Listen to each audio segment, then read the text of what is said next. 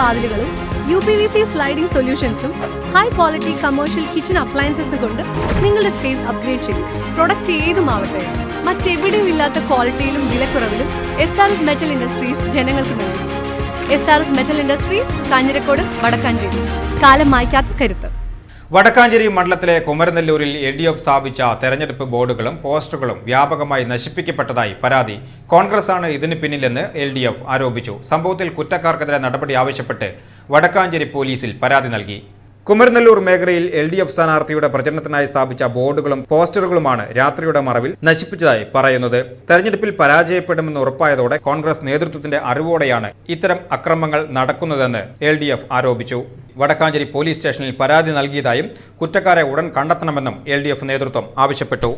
LDF സ്ഥാനാർത്ഥിയുടെ പ്രചരണ ബോർഡുകളും പോസ്റ്ററുകളും വ്യാപകമായി കുമരനെല്ലൂർ പ്രദേശത്ത് കോൺഗ്രസിൻ്റെ ഗുണ്ട ക്രിമിനൽ സംഘങ്ങൾ നശിപ്പിച്ചിരിക്കുകയാണ്.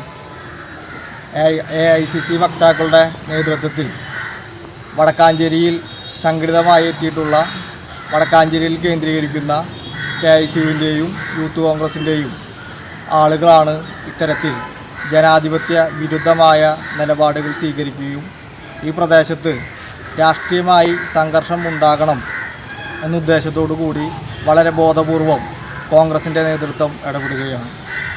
അപ്പോൾ ഇവിടെ വെച്ചിട്ടുള്ള പ്രചരണ ബോർഡുകൾ നശിപ്പിച്ചിട്ടുള്ള കോൺഗ്രസിൻ്റെ ഗുണ്ട ക്രിമിനൽ സംഘങ്ങൾക്കെതിരെ നടപടി സ്വീകരിക്കണം എന്നുള്ളതാണ് പറയാനുള്ളത്.